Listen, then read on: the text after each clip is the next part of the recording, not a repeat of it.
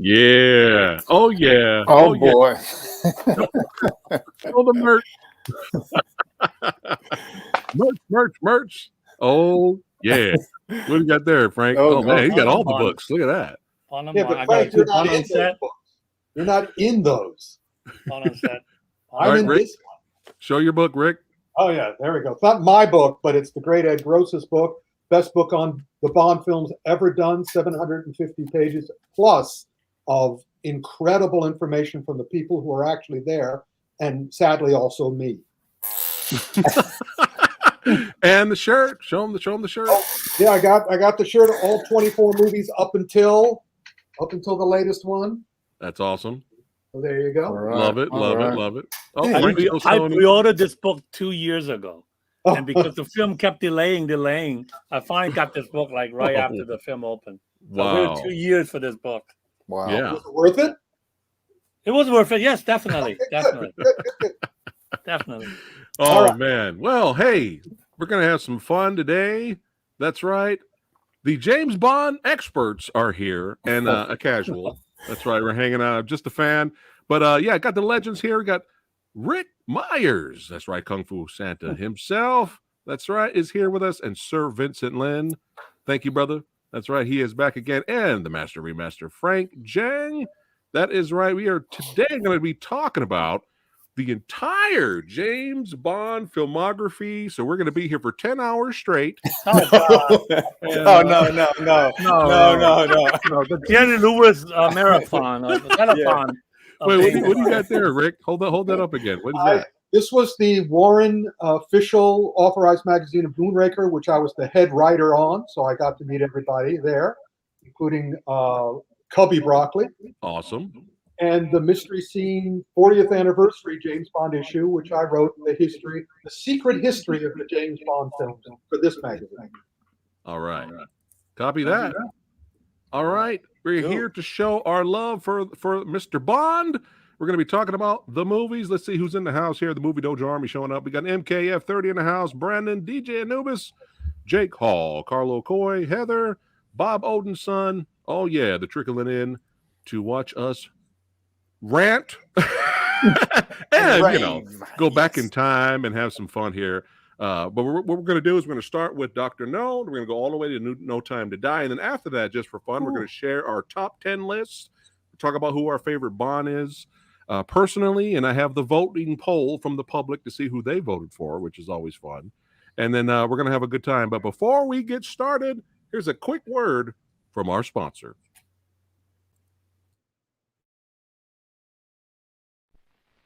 No matter how strong a man is, a cough can still get the upper hand.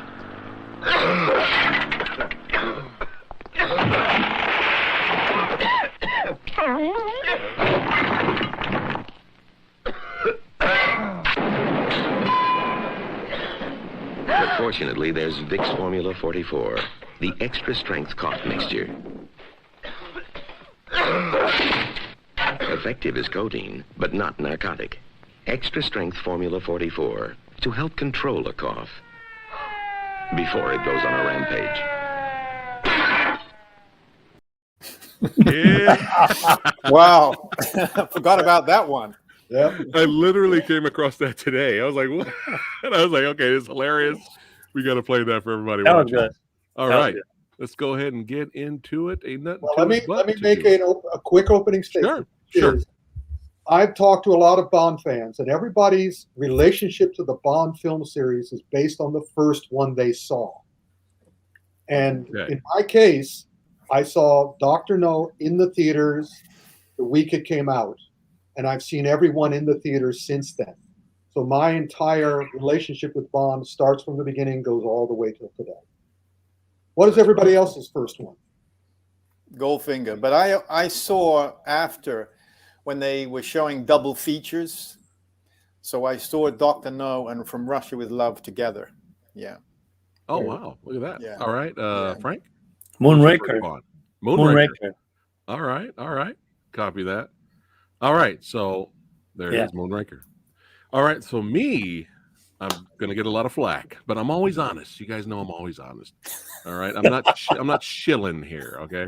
So, Samurai Guy, I was young and stupid when my dad always was like, "Son, you gotta watch James Bond. Come on, let's watch Goldfinger or whatever." And every time back then, every time my dad tried to show me an old movie, I would roll my eyes. I'm like, "Oh, here we go. He's showing me another old movie." Like I said, I was young and stupid, right? And then when GoldenEye came out, so I tried to watch the Bond movies with my dad, but I couldn't do it because I was young and stupid. I just got bored and walked away. When GoldenEye came out, that was like an event. And I remember some of my buddies who were Bond fans and stuff like that. They were like, "Oh my God, Bond's coming back after 6 years!" They were going crazy, and I was kind of making fun of them. I was laughing at them. I was like, "Oh, James Bond," I was like making fun of them and stuff like that. And then they pressured me into going to see it. I was like, all right, fine. So we went to go see it in theater. And as soon as that theme song hit, the theme song came on. Dun, dun, dun, dun. As soon as that theme song came on, I sat up like this. I sat up like this. So this is like literally my real first James Bond experience. And I sat up and I watched the whole movie. And I completely loved the movie. I was just like, I get it now. I get it. And that movie was my gateway into going back and buying every single Bond movie and watching them in order. And by that time, Samurai Guy was a little older. And by that time, I was a little bit more patient with movies. And I wasn't as stupid. And I completely, enjoyed watching all of them. I have nitpicks here and there, but I respected, the franchise, and I became a huge fan after that. But that was my gateway. Plus the Nintendo 64 GoldenEye game that helped too. And me and my friends played that all day and all night forever. So, but yeah, that was my gateway, and I was like, I get it now, man. Like I get, and that was it. That was my gateway, and sky's the limit. So that's how I discovered Bond. All right, let's go ahead talk about the first movie. Dr. No, man, 1963. Oh, excuse me, 62. 1962. All right. Frank, what's your thoughts on Dr. No? Initially, I didn't like it. I thought it was boring. Okay. For some reason. That's what happens. That's what happens when you go back. Right. Yeah. So, and then I think afterwards, a few years ago, actually, recently, I rewatched it and I loved it. I thought it was great. I like how cold-hearted he was. Like he killed a guy in that room. You had your six. You have your six. Exactly. Thank you. Yeah. You have your six. Yeah. I love it. He shot him twice. That was great. Yes. He shot him twice. He shot him once and then shot him twice. Exactly. Only shot him twice. Yeah. I mean, I guess it's because I got older, I was able to appreciate how the film builds. Yeah. Like from very small beginnings, you think it's something small and then it grows to this huge, nuclear, this plot, Spectre, Dr. No, and all that. It's fantastic. I love it now. I think it's one of his best. One of the best Bond movies. Definitely one of Sean Connery's best Bond movies. All right, Vincent. Yeah, well, I love it. I rank it up there in my top 5. And I think that opening scene, which is what you're playing right now, is probably, I think, one of the greatest scenes of him actually, because that's how he introduces Bond to the world, right? That's right. Saying I'm Bond, James Bond. So I think just that whole scene, how they captured it, just brilliant. So yeah, and also that it was filmed in Jamaica, so I have a love for Jamaica. We had family there. The first time I visited Jamaica, I was 10 years old, and actually visited the home of Ian Fleming. Oh wow! Wow. So big love for Jamaica, big love for Dr. No. Yeah. Nice. No need to say any more. Go ahead, Rick. Well, you have to putting it in context. All of you guys came to it afterwards, long afterwards, after it had its effect.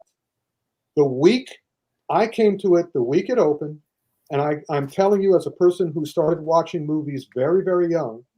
I mean, I started watching movies like when I was 4, and I was 9 when I saw Dr. No. It was revelatory and revolutionary. Now it's just old hat. Frank, you went back, thought it was old fashioned. At the time it came out, it was unlike anything that had ever come out. And, yes, when I can do my impersonation of me seeing that scene where he says Bond, James Bond, and the woman is going, Sylvia Trench, his first girlfriend on screen, was going, and you are? She goes, Trench, Sylvia Trench. And you are? And then they shoot him. That shot, he's just awesome. This is what it's like. I was like, yeah. And then I was like, I'm in love. But prior to that, the thing that really set me off was the opening sequence. If you think back, they did not have the thing going, the circle going before the screen and him walking back and shooting in the first one.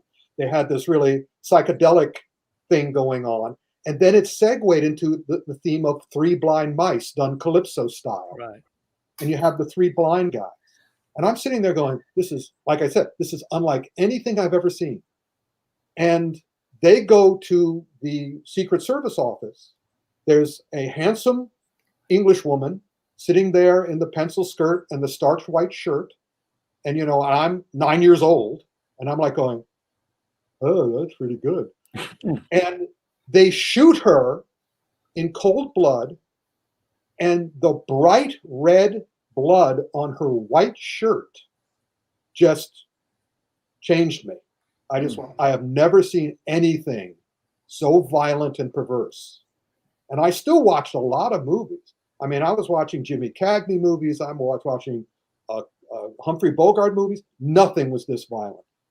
Actual blood on a woman? I mean, it's just like unheard of in 1962. And then the rest of the movie goes on. And there's this guy who knows what he's doing. Dr. No shows up. And I'm like, wow, Honey Ryder, you showed the picture of her. It's like, yeah, if I hadn't hit puberty by then, I did that second. That was kind of like, okay.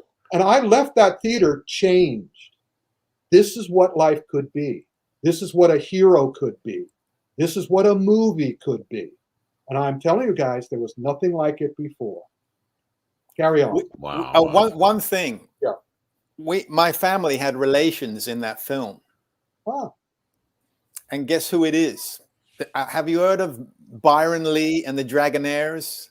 Yeah. Oh, there you go. They're the one. They're the ones, the Calypso band. When he was, the woman came up to him and he pulled the film out of the camera. Right. If you remember the band that was playing, Byron Lee and the Dragonaires were, really famous Calypso band from the Caribbean that originated in Jamaica.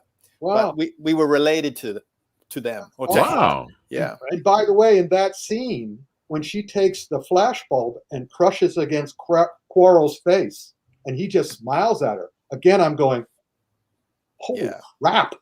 And, Jack Lord is Felix Leiter, later to be Hawaii Five-0, and it's like, this was just an amazing movie.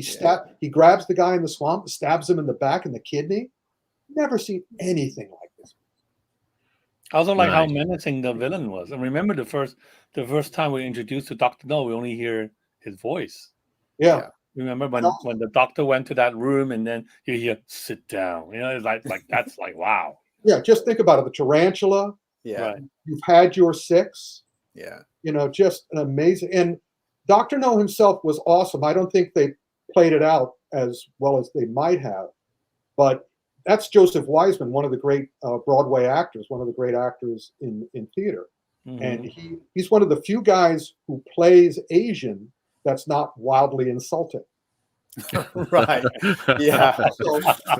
And also his comments, he says something along the lines of, I had hopes for you, but you're nothing but a crude policeman. Right. Yeah. And it's like, oh, that's such a great movie. Yeah. Yeah, I thought it was fun too. I was really entertained by it. My only nitpick is I wanted the villain. I wanted to see the villain more. Yeah, me too. That was the only nitpick. But I love that scene at the dinner table where he just picks up that thing and crushes it right in front of Bond and just drops it. I think that movie cost less than $2 million. Oh wow! No, I think actually I was checking all the budgets of the film. It was 1.1. Wow! 1.1. Wow! Yeah. Just an amazing accomplishment. Terrence Young, the director, just an amazing accomplishment. All right, let's move on to the next one. The very next year, 1963, From Russia with Love, Frank. I liked it. I didn't love it. I think there's some great scenes in it. I love the scene where he went to the embassy and then the bomb went off and all that stuff, and they stole the machine. That was just fantastic. That was a brilliant sequence. I like the train sequence. I like the train fight. Yeah. And then the helicopter chase later. I felt let down by that boat chase. I was hoping something more exciting. I did like the very end scene with what's her name? Adelenia. Yeah, Adelenia, the great Adelenia, Kurt Wild's wife, I think. Mhm. Who, she I thought that was a brilliant scene, but yeah, I felt just a little bit let down. I guess it's after what I saw of the spectacle in Dr. No, in the island and all that. I just felt the boat chase was just rather small scale. I wish that it was something bigger. But other than that, I think it's a great film. I like I said, I love that sequence with the embassy. The gypsy fight, that was okay. That was fine. That doesn't hold up. That doesn't hold up, right? But I thought that whole train sequence was fantastic. Yeah. That whole, Oh yeah. Yeah. All right, Vincent. My favorite of all. All right. Yeah, Look at my favorite of all. I rewatched it very recently.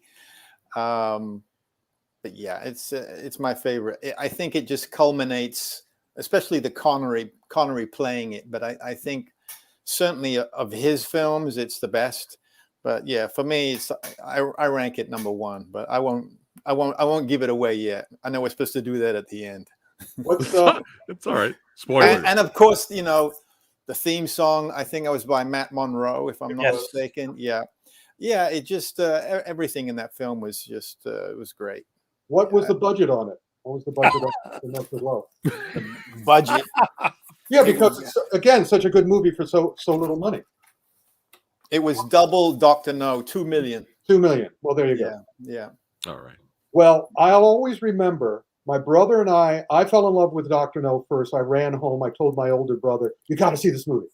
And so he saw the movie and he loved it. So my brother was in a little league. And so he couldn't come with me. My father dropped me off in New Haven, Connecticut to see From Russia with Love. And my brother couldn't go because he had a game. And so my father picked me up. And I'll always remember, I come running out of the car and my brother Stuart is out on the field and he sees me coming and he leaves his position on the field and he runs all the way across the field and comes to the fence and goes, how was it? And I went, it's even better because From Russia with Love is the most authentic James Bond movie compared to the book. It is an actual espionage film. It is, so as such, it is, if you're talking pure James Bond, and after seeing Dr. No, I read all the books. I've read all the books repeatedly. And I can tell you as a writer, if people want to be a writer, just read the first sentence of Casino Royale. You'll see what writing is all about. I mean, that's an amazing first line. He's describing what it feels like to be in a casino at 3 a.m. And it's just like, you can taste it, you can smell it, you can hear it. Just great. And From Russia with Love, you're right, Frank. They had too many. The climax, the problem with the movie is the climax is on the train. Yeah. The fight on the train with the great Robert Shaw. Right. Is the climax. Right. So at that point, what do? So you have the helicopter, you have the boat, and then you have the fight with the shoe. But the shoe was so memorable, and Lotte Lenya is so good, right, that it carries. And also the fact, I found, Ursula Andress as Honeychild Ryder and Dr. No was pretty good, but this woman I thought was staggeringly beautiful. The girl in From Russia with Love, I just thought, that was just. And also they used that introduction scene when Bond first meets her. He comes into his room and she's in the bed. They have used that in the auditions for every Bond since. They have to prove their romantic thing. They have to do that scene.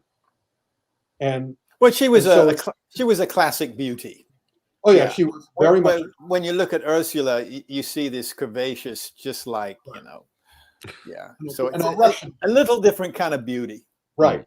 So the scene, and also the scene with the poster where the spy is, the villain's trying to come out of the poster and Bond shoots him. and Karim Bey, who died Right. shortly Yeah, before right. the movie was released. Yeah, He had cancer during the making of this film. Yeah. And that's one of the things that Broccoli was a very kind man, especially to his friends. He was not kind to his enemies, but he knew Karim Bey. They had worked on previous films, and he knew he was dying. So he got him this part so he could pay for his death and his family. And he does it later in You Only Live Twice when Raoul Dahl is having a terrible time because his wife, Patricia Neal, just had a stroke. So he got him to write the screenplay of You Only Live Twice. Of course, Roald Dahl should not write a screenplay for a James Bond movie, but that's the kind of man Cubby Broccoli was, Albert Broccoli, the main producer. So From Russia with Love was special because it's the only true James Bond film that wasn't exaggerated, and it had so many wonderful little moments, although that they were treading water literally treading water for the boat scene. And that fight with Robert Shaw. Did James Bond have a threesome in this movie? Of course he did. With Sylvia Trench. Sylvia Trench is at the beginning of the film. When Bond was still driving his Bentley. He was still driving his Bentley in From Russia with Love. I'm not surprised. Well, you notice during just the kind of culmination of how the Bond franchise goes through the decades, by the time it gets to Roger Moore in the 70s, which is like free sex, it's like, I'm going to sleep with everybody. By the time it got to Brosnan, which was, during the AIDS epidemic, right? Everything kind of, cut back. Yeah. That's interesting. Yeah. And also that fight was revolutionary for its time. It's nothing now. It's very little now. But at the time, it was, again, unlike anything I'd ever seen. Yeah, I really enjoy this one too. Robert Shaw is the man. Nice. Yeah. Robert Shaw is the fucking man in this movie. Like, it's like, oh yeah, Bond's gonna have some problems. You know what I mean with this guy. I mean, this guy is amazing.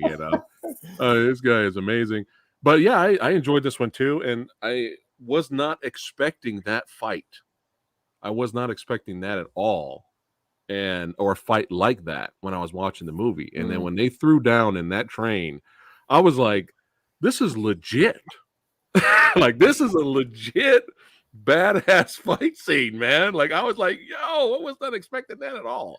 And mostly it was Terrence Young, the director. Terrence Young was in that. Usually they give that to the second unit and let them do it.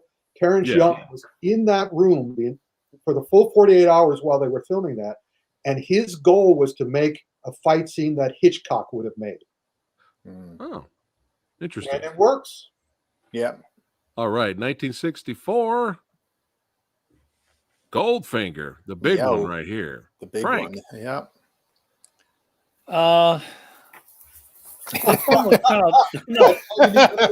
That's all you need to say. No. This one was tough for me because I know a lot of people loved it. And I liked it. I really liked it, but there are things that still kind of irks me a little. I can't pinpoint it. I just can't pinpoint it.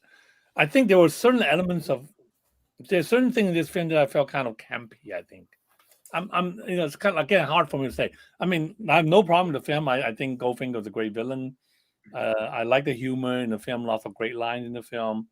I mean, this is the iconic scene. Yeah. I just didn't feel that he was very menacing. I think that was my main irk with the film. Goldfinger is a smart guy, but he's not a menacing villain. After Dr. No, I felt Largo is more menacing. We'll talk about Largo when we go. What about Oddjob? I don't know. Oddjob again. Come on.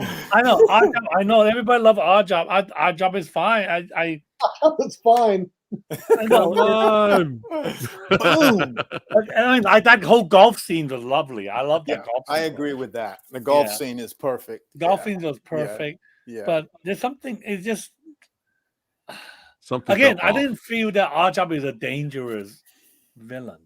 Oddjob and Goldfinger. I think that's what irks me the most. Again, you have to have strong villain. I think a strong villain makes the film that much more better. You really have to have someone who's equal to James Bond in terms of, I don't know, attractiveness or what have you. When the villain is not as good as James Bond, that irks me. You know what I mean? I mean, I don't care. I mean, the film is fine. Yeah. It's just like I said, Goldfinger is more like a con man to me. He's a con man. He's there to get the money. He's not really there to like kill people. Not really to like kill thousands of people. Even though his plan would, the poison, the fumes poison and all gas. that. Right. Yeah, but like I said, to me, he felt more like a con man. I think that's what kind of makes me just like this film and not really like love it. Okay. Yeah. Go ahead. Yeah. It's All right. I interest- can't wait to hear what you think of the villain in Tomorrow Never Dies. Then we're get to that later. All right. And of course, this was fun. Yeah. This was fun. Yes. I mean, come on, this is great. Oh yeah. But she was badass though. Yeah. Like, That's she the was. point. That's Yeah. On a Blackman. On a Blackman. Yeah. On a Blackman. Yeah. All right, Vincent Goldfinger. Yeah, I've gone back and forth on this over the years. It's interesting with this film. So many reviews have it as being the #1 Bond film of all time.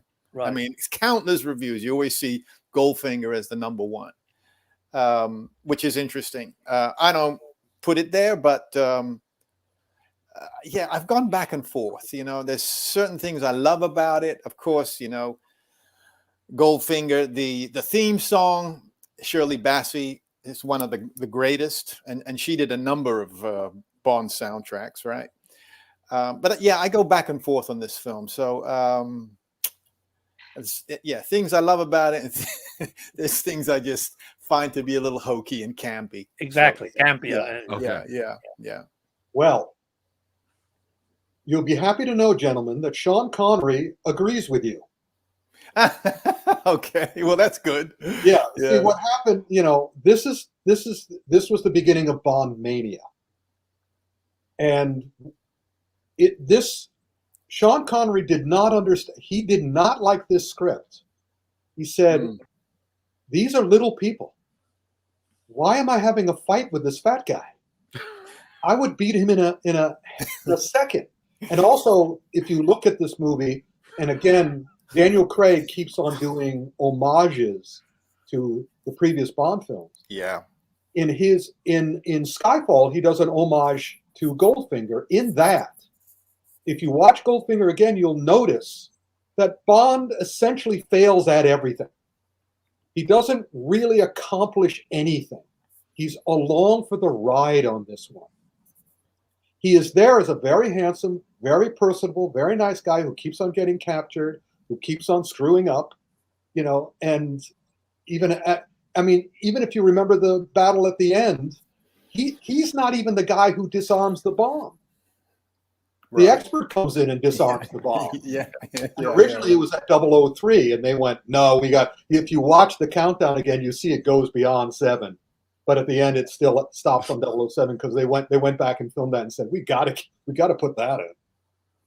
But it somehow had a magic because it was a good movie. It wasn't a great James Bond movie. Right. It was a good movie, but Bond was superfluous to it. It could have been anybody in that role. And it would have been better with somebody else because he's fighting people who were clearly under his league. However, the laser, Pussy Galore was the first. I watched for years as people like Halle Berry and all this going, I'm playing the first strong Bond girl. And it's like, bull. I mean, Honey Ryder was a strong Bond girl, even though they turned him into damsels in distress at the end. Pussy Galore was just awesome. But that's when it started going crazy. It still works very much as an enjoyable film, just not a great James Bond film. Yeah. Interesting. But well, it's my #1. No, I'm just kidding. I'm kidding. It's not. I enjoy this movie a lot, man. I love Odd Job, man. I can't help it. Why would you like Odd Job? Odd Job. Come on. It's obvious why. It's obvious. Have you ever played him at Halloween? Have you ever done Yes. No. I know. Really. You give me ideas now. Ha. That's it. Halloween. All right, let's keep it going. Yeah, there's not that much else to say. I really enjoy the movies. It's pure entertainment. I enjoy it. All right, next, 1965. Man, they were cranking these out every year. 1965. Thunderball. Oh, yeah. Frank. Yes. Go ahead, Frank. If you ask me, First, this is my favorite Sean Connery Bond film. Wow. Yes, and this is also, to me, this is the quintessential Bond film. If somebody who's Wow. new, no, I'm just saying the quintessential meaning, like somebody needs to say, I don't get James Bond. If I have to watch one movie to show to find out what's so great about James Bond, which movie would you show? I would say Thunderball. It got everything. To me, it got everything. Great action, great women, great villain. I like Largo. I like this henchman. I mean, Largo was menacing. Largo henchman was menacing. The sharks were menacing, and I like the epic feel. It's really long. It's a long Bond film, and you have all these set up in the hospital initially, and then it led to the taking of the nuclear bomb and all. I thought that was great. I mean, it's a great story. I love the locale. It's a beautiful locale, or the ocean. Largo's boat was fantastic. When I first saw it, I didn't expect the boat to separate at the end. I thought that was wow. That was cool. And to me, I think the main reason was because, like, unlike Goldfinger, Connery's Bond in his film, he was the lead. He was in charge. He was leading the whole mission. He's the one that's getting things going. He's the one that taking initiative. He's going after the girls, he's going after Largo and all that. To me, that's like, yeah. I really love this film. I think this nice. All right. This is a great film. Surprise. Cool. All right, Vincent.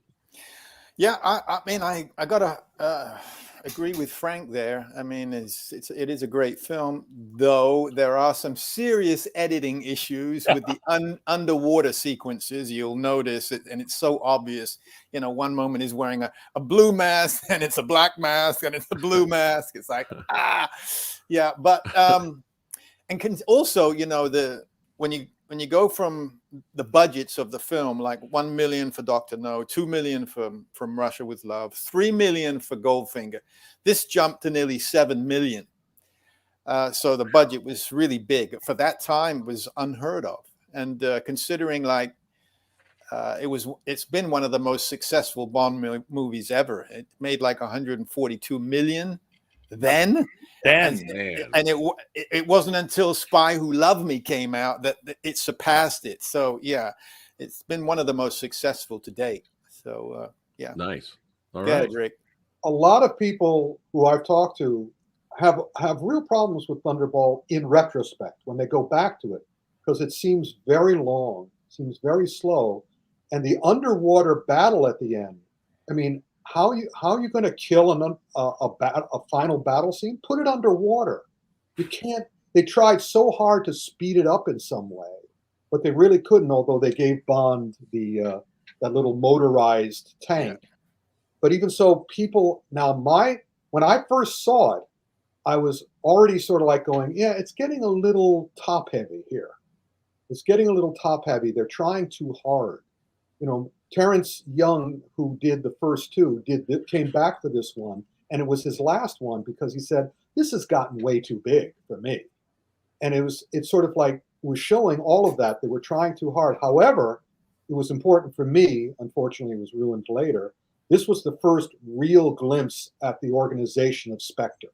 Yes. From Russia with Love, you saw number one, played by the wonderful Anthony Dawson, who played the guy who Bond shot in Dr. No. You had your six. And I wish they hadn't used him at that part, because I think he would have been the best Blofeld. But in any case, this was long. It was exciting, but not as exciting as I was hoping. I still thought it was very rich and flavorful and fun. I felt the same way Sean Connery did at the end, because he didn't get to kill Largo. The abused mistress killed Largo.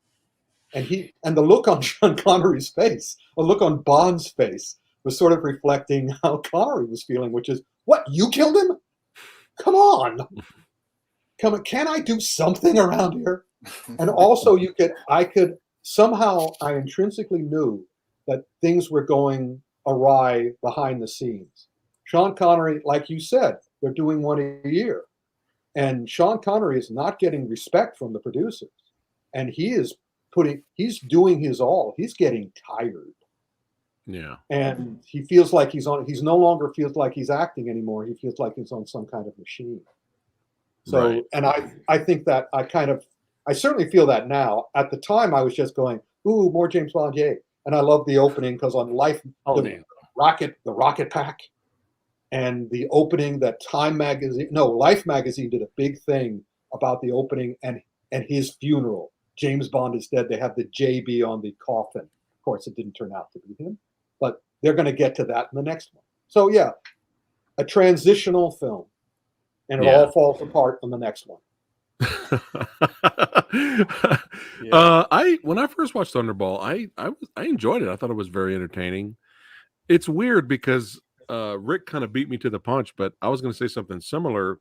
A lot of people that I talked to had said this pretty much the same thing. They're like, "This movie's so boring."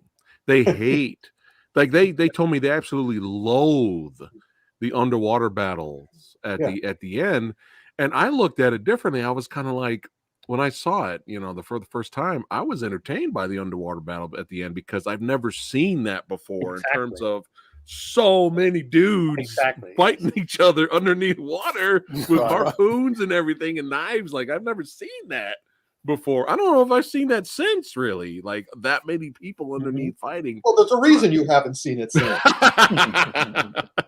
Because it's boring. Okay. They didn't even like it. The filmmakers were even like in the editing room. What the hell can we do? I just find it fascinating that they will use the same story in Never Say Never Again. I mean, like when. Well, no, they had to. You see, they had to. Yeah. Yeah, Thunderball was written. Ian Fleming had run out of ideas for the novels, so he partnered up with a couple of people, Kevin McClory, Ian Bryce, to come up with a movie idea. And they came up with Thunderball as the movie idea. And then when the movie didn't go, he turned it into a novel. So when the movie came out, suddenly Kevin McClory comes and goes, "You owe me." And so Kevin McClory is on this movie as a producer, but also in order to keep him from holding them up forever, because this is the first official Spectre thing. That's why Spectre was in court for so long. Yeah. They also said, "You have the rights to this story for the next 18 years. So when the time came for Kevin McClory, he said, and Bond by that time really hated the original Bond producers. So when Kevin McClory goes, "Do you want to make one with me?" They had to use the Thunderball story. So that's why they use it in Never Say Never Again. Since we're on that topic, really quick and briefly, why not? I have you all here. Quick thoughts. Oh, I'll Never Say Never Again. It starts okay. The first 45 minutes is a good example of how to start a movie. The last 45 minutes is one of the greatest examples of killing a film.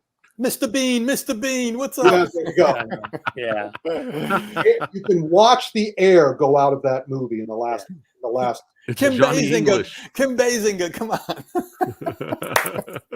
No, his heart was not in it. His heart was not right. So I'm assuming you guys didn't like it. I love Fatima, the character, though. I thought she was great. Yeah. Which one is that? Fatima. Yes. She was great. It's, Barbara Carrera. Right? Yeah. As soon as she dies, the movie ends. She's the best part of the movie. Like, that's my favorite part of the movie. So, yay or nay for that movie? Fun little side piece. Interesting curiosity. Middle of the road. Yeah. Okay. Interesting what it could be. All right. All right. Let's keep it going. You only look twice. Yes. They get to kill him at the opening again. This will be fast. Okay. Well, I like the film mainly because of the fact that it was shot in Japan, and I love Japan. Again, it's a film that kind of introduced me to Japan, to the culture, to all the locale and stuff. It introduced the ninja to the West. Yeah, exactly. I was going to say that. Yeah, the martial arts, the ninjutsu. Yeah, for sure. Yeah, and I love the set. I mean, that set here, the Ken Adams set was wonderful. Yeah. I mean, it's huge. Its scale is epic. I mean, and I love and I like the humor though. I know you guys thought that Roald Dahl screenplay was not very good, but some of the humor is great. Like, "Darling, I gave you best duck." That's like that was just a great line. And like all the sexual connotation in that film is just wonderful. And then also, of course, like when Blofeld said, "Well, you only live twice." I mean, there's some great lines in that film, and this fight scene with the Rock's, is it grandfather? Yeah, right? Rock's Rocky Yeah. Mountain also co-choreographed it. Yeah, that's one of the. I think that's one of the best fight scenes in the Bond film too. Yeah, that's Yeah, a wonderful. Bond uses a couch as a battering ram. Right. Yeah. Oh, yeah. That was a great scene. That's amazing. That But was a there's some, great scene. there's some funny moment in the film, like after he Yeah. met the guy from Psycho, that company, and then he just said, "Kill him!" That's like fun stuff like that I enjoy. So yeah, it's on my it's on my top 10 list. But Yeah. yeah, Yeah. I enjoy Tamba it. was in the movie. We had Tetsuro Tamba in there. Yeah, to throw it Yeah, down. oh my God, yeah. I love you. I mean, Yeah. that's great. Great stuff. Yeah. So it has a Alright. moment. Yeah, definitely. Yeah. Everything was great in the script except the magnet on the car. That was a Raoul Dahl too far for me. I like that. They're talking about. Really? Well, Go it's ahead, Vincent. the budgets kept. It's interesting because obviously they filmed it in Japan, but the budgets just kept going up. And as you say, these movies were being done every year, so it's quite amazing the jump, even from the budget from like Thunderball to You Only Live Twice, was another I think it was like 11 million, 12 million. So yeah, the budgets were going up, and you can see that. I actually liked. A lot of people thought Donald Pleasance was a terrible Blofeld. Who? I liked him actually. I thought he He's was the best. Rick. He's the best Blofeld. He's a great Blofeld. He I doesn't blink. He doesn't blink the whole movie. I liked him as a Blofeld. Yeah. Me too. I want to know who Certainly said was he's better than horrible. the person they originally cast. Who did they originally? Go back and look it up. Original Blofeld in You Only Live Twice. It was a Dutch actor. You want to know how bad he was? He's a dead ringer for me. Well, did you like Donald Pleasance? No, this is didn't. the original actor. The guy, they had to replace him at the last second. That's why they rushed to get Donald Pleasance. Donald Pleasance was the only guy they could get. And my only issue with Donald Pleasance, I love him as an actor. But again, I was expecting Blofeld to be larger than life, not this little, Quasimodo type of guy. But he certainly was better than the original guy, who was a Danish actor who looked like Santa Claus. And I could not believe that they cast him. Well, they didn't. You didn't get it. They were the producers were at war with each other at that time. Broccoli and Saltzman, and Connery was miserable. He was. Yeah, that I've read. Yeah, it was a nightmare for him to film in Japan. The Japanese press would not leave him alone. Yeah. And so the movie, but I love everything except the magnet. And also when they dressed him up to be Japanese, that was kind of ridiculous. That was pretty lame. That was terrible. That was really bad. But the Japanese actors, Tamba, the two Japanese actresses were awesome. Maybe kind of like if they try to make me look like Rick Myers. It's like, come on. So that would be a terrible way. A ninja poisoning. Frank, man, you're not laughing, Frank. Oh boy, next. And also, I also love the opening sequence. The Hong Kong sequence was wonderful. Yeah. Oh yeah, very good. Yeah. Well, the movie again, I found it to be entertaining, man. I mean, the whole finale is an action spectacle. I mean, you got me at ninjas. When you said ninjas, I'm there. And in my opinion, this is just my opinion. It doesn't matter. Every other Blofeld after Donald Pleasance sucks. Even and it's unmemorable. Unmemorable. Everyone. Even Telly Savalas? Yeah, yes. We don't agree with you. It's fine. I like Telly, but I don't remember. I remember this. This is Nightmare Fuel. Yeah. This is Nightmare Fuel. I don't remember, Telly Savalas. He's too smooth, man. He's too smooth. It's all good. That's just me. All right. If Telly was first, I think that would have made a difference. Yeah. That's true. All right. Rick's favorite? It's a great movie, but we'll get to my problem. Okay. All right, Frank. Thoughts on Her Majesty's Secret Service? This is on very high on my list of the top 10. All right. Yeah, I think it is hugely underrated. I like how different it was. It was different. You have a different James Bond for one thing. You have a great plot. I like the plot. I like the whole ending sequence set in the snowy mountaintop. I mean, wonderful. I mean, Diane Riggs was fantastic. One of the best Bond girls. Yeah. I mean, yeah, really no complaint about the film. I like a lot of the hints of how damaged Bond was in this film. Remember that scene in the ice ring where he was just sitting by himself. He's like shuddering, shivering, and stuff. You don't see that. The first time they're showing you how Bond can be so vulnerable. That kind of shocked me a little bit. That's what I like about this film. This film show, like how Bond. You might think of Bond as this great spy, great British agent, but hey, he has his moment. He has his weaknesses too. And the film wasn't afraid to show you. And of course, that whole ending. Yeah. So no, this is. I'm like I said, it's very high on my list. So all right, Vincent. Definitely high on my list. Yeah,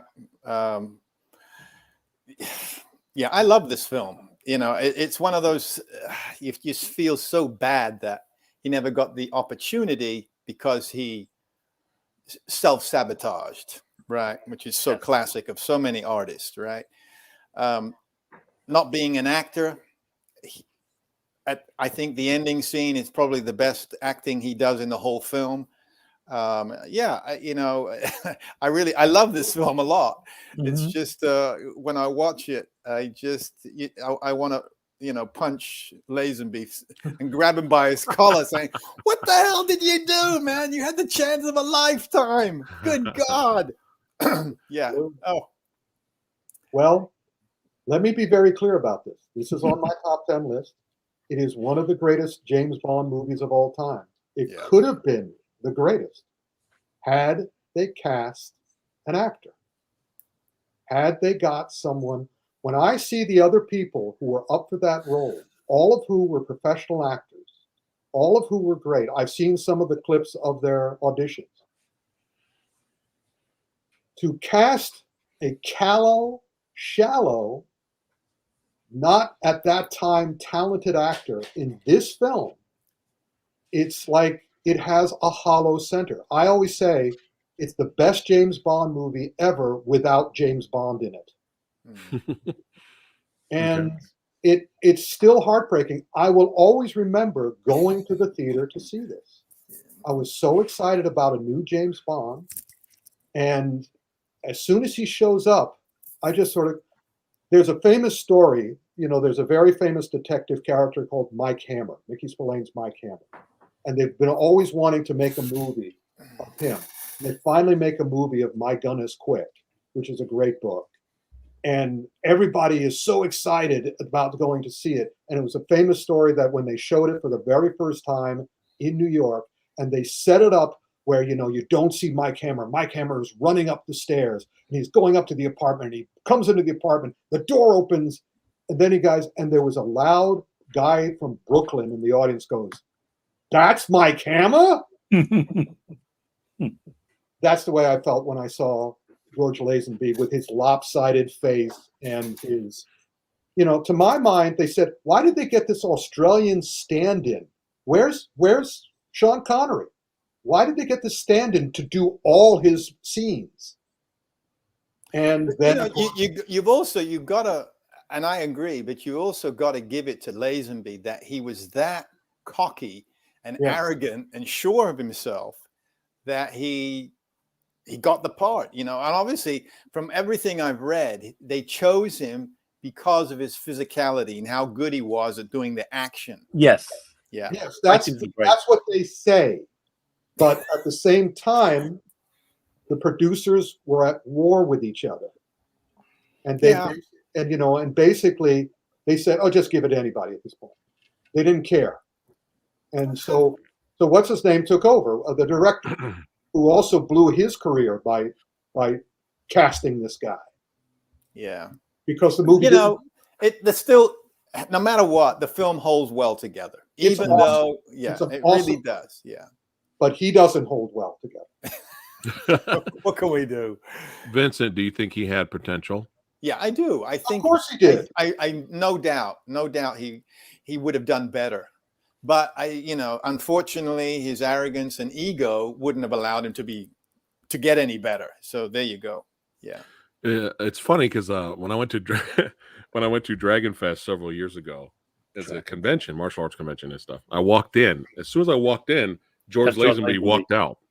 And I was like, that wasn't George Lazenby, was it? And then I walked around and I asked the guy who was hosting the thing. He's like, oh yeah, he came in and walked around a little bit and he left. And I was like, what the hell? I was like, oh man, I would have said hi just for fun.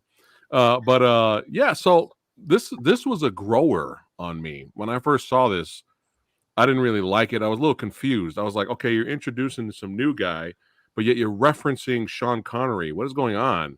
There's even that scene where he's at he's in the office and he's looking at items from the previous movies. They're playing the theme song from Dr. No, the Honey Rider coming out of the water song. And I'm like, and he's all like reminiscing. I'm like, are you James Bond or not? That was my first reaction to it. Are you the new guy? Like, what are we doing here? And I was just kind of and I did not know this happened in the book. I did like the action in the movie though. I love when he was sliding and shooting. I love all that stuff. I like the action, but I was in the bobsled scene. Ooh, yeah, that was good. I enjoyed that too. Yeah, but I didn't know what happened in the book at the time. But the whole concept of Bond getting married, I didn't know that happened in the book. So at the time, Bond getting married to me was ridiculous. I was just like, what is this? That's how I felt at the time when I first watched it. And then when she died at the end, my jaw dropped. I could not believe. I was like, oh my God, that just happened? That was my reaction. I know, I'm cold-hearted. But yeah, that was my reaction. I was like, wow, that was brilliant. I wasn't expecting that. I thought they were going to give us a Disney ending or something. And then many years went by, and then I watched it again, and I started to like it more and more and more.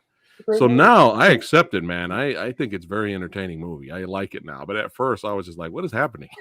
But yeah, I enjoy it. Definitely a good Bond flick. By the way, the editing of the fight scenes revolutionized the industry. Oh, they're still doing that kind of editing on fight scenes thanks to that.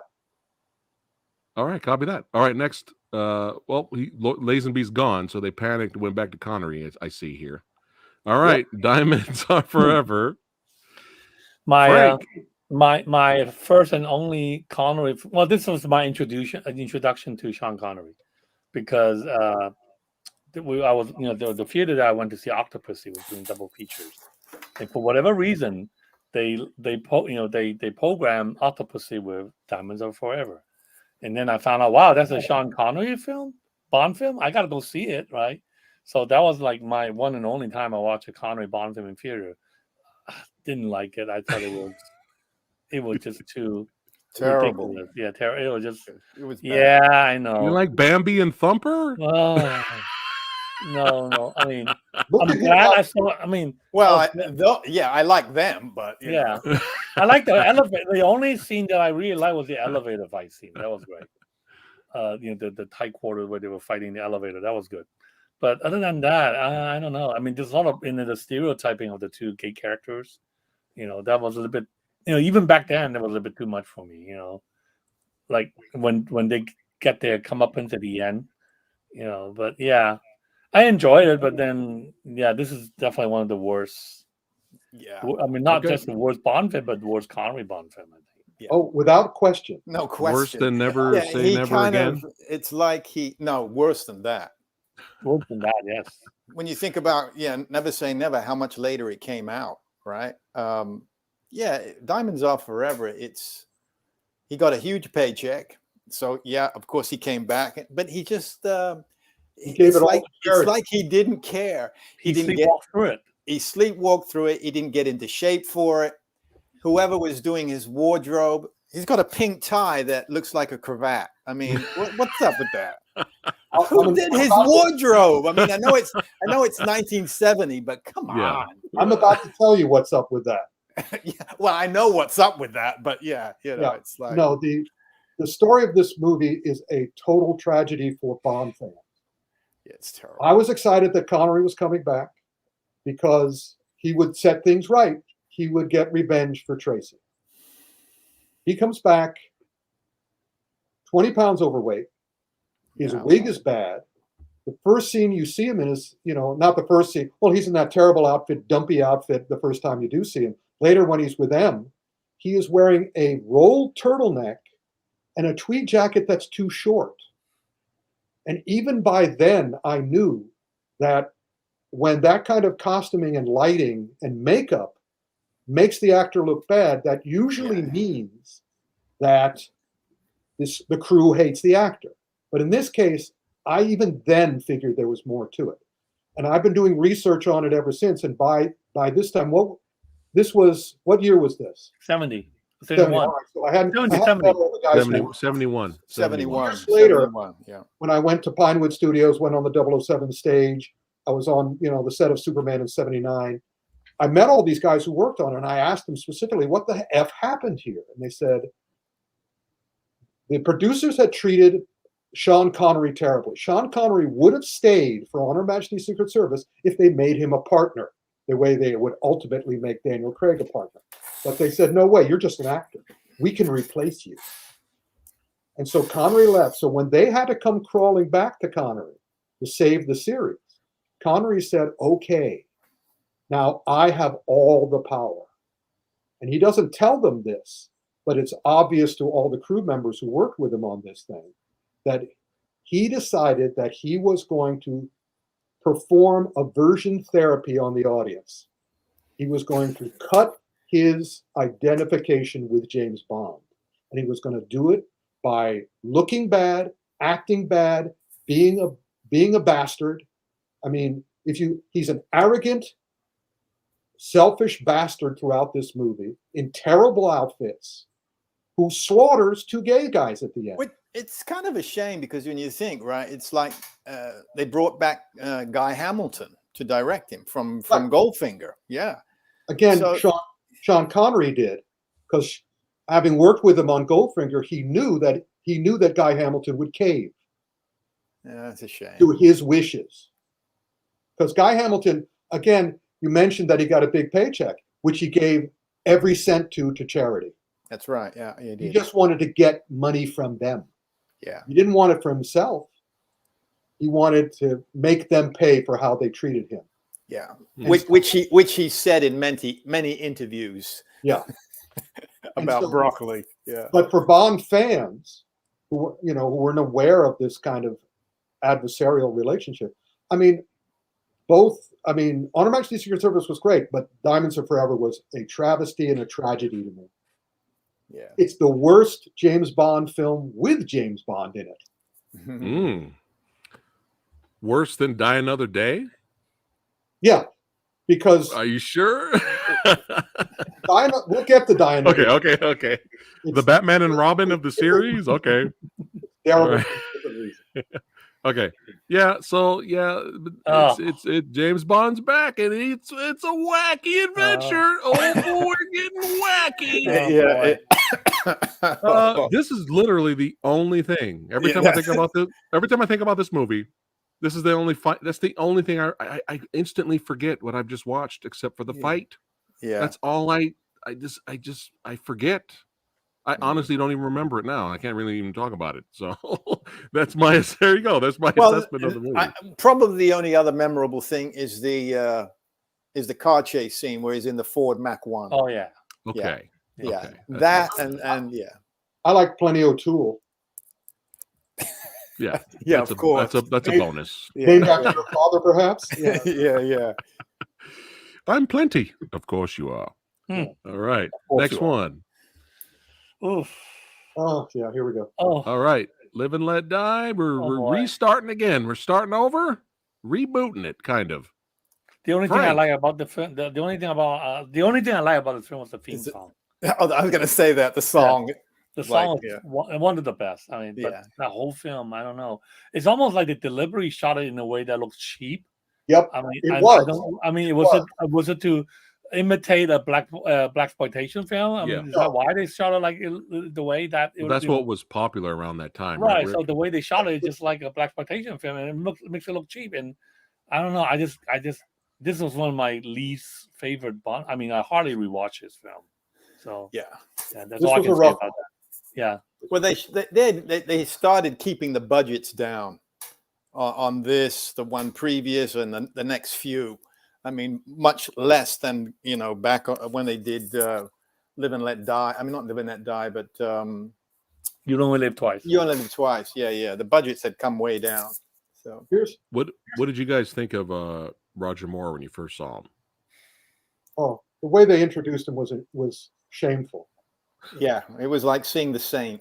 Yeah, exactly. But worse. Yeah, He was a callow saint. Even the saint was a real hero. The James Bond they portrayed at the beginning of this film is a callow a-hole. Yeah. But let me just tell you the secret of the next 2 Bond films. Well, they go down. Well, no, the next one is one of the worst, but the one after that is the best Roger Moore ever. Yeah. Right. Yeah, that's correct. yeah. But here's the deal. The reason why is that this one and the next one were still produced by the 2 producers who were still warring with each other, who throughout the production of both movies were trying to undercut each other. The Spy Who Loved Me was the first film that Broccoli produced on his own. Yeah. And he bought out Saltzman. So that goes a long way in explaining, but it still is just a crying shame that they felt the need to try to make us laugh at James Bond. We weren't laughing with him anymore. We were laughing at him. Yeah. Yeah, I mean, this one, and of course the next one, Man with the Golding. It's not even bother. There's no need to talk about it. Okay. Remember, just jump to Spy Who Loved Me. I mean, come on already. You can always gauge how the producers feel about James Bond by how M feels about James Bond in the film. In Diamonds Are Forever, M was an adversary of James Bond. In this one, he's an adversary of James Bond. Bond has a girl in the closet when M comes over, and he makes him a cup of coffee. Look, basically the whole scene was, look what an asshole this guy is. And again, it's because they were warring behind the scenes. Roger didn't care. Roger was fine. He'll do anything. I found the movie to be entertaining, but I don't watch it all the time. It's not like one I would watch a lot. But when I first watched it, a couple of times I watched it, it's entertaining. I mean, Yaphet Kotto is great in the movie. I hated his death scene. His death scene is one of the worst, hilarious looking. It's hilarious. It's so bad, but I can't stop laughing at his death scene. Yeah, but I think as a villain, I enjoyed him as a villain compared to everybody else in the movie. His death scene was insulting. Yeah, it was pretty bad. That's the word. Yeah, that's the right word. I feel that this film is insulting. Yeah, in some ways. Yeah, the alligator scene was good. Yeah, that was cool. Yeah, that was good. Also, another good barometer of James Bond movies, when Bond becomes a reckless endangerment to public safety, that's a bad Bond film. When he's a reckless endangerment to the villain's safety, that's a good James Bond film. But here, he drives through a woman's wedding. He ruins a woman's wedding. And it's like, we're supposed to laugh at that? It's funny, Rick. And then, of course, that wonderful Southern character. I loved him. Yes, they brought him back. That was so strange. All right, so I know this one's going to be even brief, but let's just briefly go through it here. Briefly. The Man with Golden Gun. I'm going first. Okay. Yeah. The only great thing about this movie is Christopher Lee. Yes. Yeah. I love Christopher Lee in this movie, and he is the only reason to watch it. That's if you want to watch it. Yeah. That's it. I'm done. Him. Another sign of a bad James Bond movie is when the pre-credit sequence concentrates only on the villain. I don't like this song. I hate this song. I hate the theme song to this movie. I don't like it. He's got a powerful weapon. It sucks, man. Charges $1 million. Sounds like even like the Hong Kong. Yeah. Go ahead. Yeah, go ahead. And so it sounds like he's talking about his genitalia. Exactly. Yeah. I mean, come on. As for keeping a woman in the closet, I mean, I've done that so many times. And, even the Hong Kong sequences. Get in the closet. Another one's coming over. Yeah, say it, Frank. Say it. Those Hong Kong sequences. Like the Hong Kong sequences in this film weren't even as good as that brief Hong Kong sequence in You Only Live Twice. I mean, I like the fact that they shot this in Hong Kong, but because they never after this film they never went back to Hong Kong again, and I always find that fascinating. I would think they'd go back to Hong Kong, but at least they had the Kung Fu Hustle landlady. They had the Kung Fu. Yeah. They're gonna have to like And of course, you know, it was because of the bottoms up club that I said, you know, okay, this is a kind of this classic thing of Hong Kong. I went to that place. It sucks. Yeah. I'm like, I remember the first time I gotta go to the bottoms up club. It was in Man with the Golden Gum. I go in there, I'm like, man, come on, this is nothing special. I know. The only two redeeming quality about this film was one, Christopher Lee, like Samurai said, and two, and two, Phuket. You know, the James Bond Island, because this film introduced me to James Bond and Phuket, and I went there. You know, right after the tsunami. I love it. It's beautiful there. I mean, sure, it's definitely worth going. Phuket is just beautiful. So I'll always be grateful for this film for introducing me to Phuket. So, and then you know, again, we're supposed to respect a man who will kick a martial artist in the face when he's bowing. I know. We're supposed to respect the guy. Yeah. So finally, at the end of this movie, not only is that Phat Samurai guy out, he's gone, but Harry Salt, there we go, he's back. And Harry Salt jazz hands is out, and they can go back to introducing the new James Bond the way they always should have. Yeah. The opening of the next movie is one for the ages. Of course. Brilliant. Yeah. I just watched it the other day, actually. Yeah. This is the movie that made me a Roger Moore fan. Yeah. The Spy Who Loved Me, man. This is great. This Should really have been the first Roger Moore movie. yes. Yes. They introduced him exactly right. Yeah. Since I love Odd Job, y'all know I'm gonna love me some Jaws too. Oh. I can't help it. I love Jaws. God damn it! He's great. He's great. Yeah, All right, Frank, go ahead. He's great. No, see, Moonraker did so well in Hong Kong. They actually ended up re-showing The Spy Who Loved Me in theaters after that because everybody wanted to see Roger Moore, more Roger Moore. So I actually went to see this in theater in Hong Kong after I saw Moonraker. So nice. Yeah, I was glad to have seen both of these. I mean, Moonraker and Spy Who Loved Me, my favorite Roger Moore Bond film. Hey. Yeah, this is. I mean, I love the villain. Stromberg is a fantastic villain. Fantastic. Yeah. Fantastic. I think he's probably like the last most, like he's the last of the great villain in the Bond film. I think everybody who came after him is really not as strong as he is. But like the Jaws is great, the setting is great. This whole city, sort of like a city, the tanker, this whole tanker set, the city underneath the ocean, and then the Lotus car. I mean, this is almost like the Thunderball Roger Moore. Is equivalent to Thunderball in terms of the entertainment value. Perfect balance. Perfect. Good move. Great finale too. Huge body count. Mm-hmm. Yeah. And biggest moneymaker to date. Yeah. Great movie. Is it really? Yeah, it is. Yeah. Oh my goodness! Of all time? No, biggest money made up until that point. Okay. Wow. And I also like how they also show how ruthless he can be. He letting the guy go at the time in Cairo.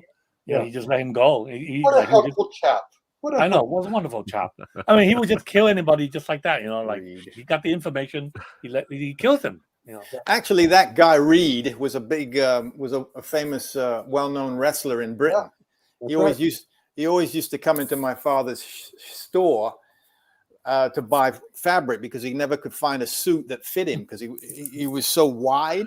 Right. So he had to have his clothes all custom made. So wow. he would come into my father's, singer's store and buy fabric from him. So yeah. All right. Anything else before we move on, Rick? Oh yeah, you could hear Cubby Broccoli cracking his knuckles because he just, now that he had Saltzman off his back, he lavished every single frame got Cubby's attention. That's why everything in this movie, the theme song, the opening credits, the way Moore is portrayed, the way how sumptuous the whole thing, all the Egyptian scenes, the balance of wit and legitimate action sequences you compare Bond defusing the bomb in this movie to Bond defusing the bomb in Octopussy. Yeah. And you can see the difference. In this one, he's a hero. This is the most heroic the Roger Moore Bond has ever been and will ever be. Yeah. And by the time we get to Octopussy, they make him a clown. Yeah. Literally. And I love that line. Remember, like the guy said, "Have you ever defused a bomb before?" And he just said, "That's the first time for everything." I mean, that's a great line. I mean, he's just a real. This is his James Bond, and as such, it was good. Yeah. All right. Yeah.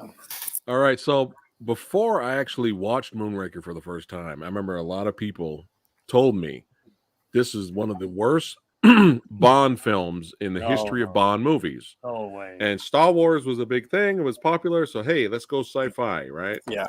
Yeah. So they were like, it's so bad. They even make Jaws a good guy because the kids loved him in the last movie and he's a good guy now. And there's a love interest and all this stuff. And I was just like, what is happening?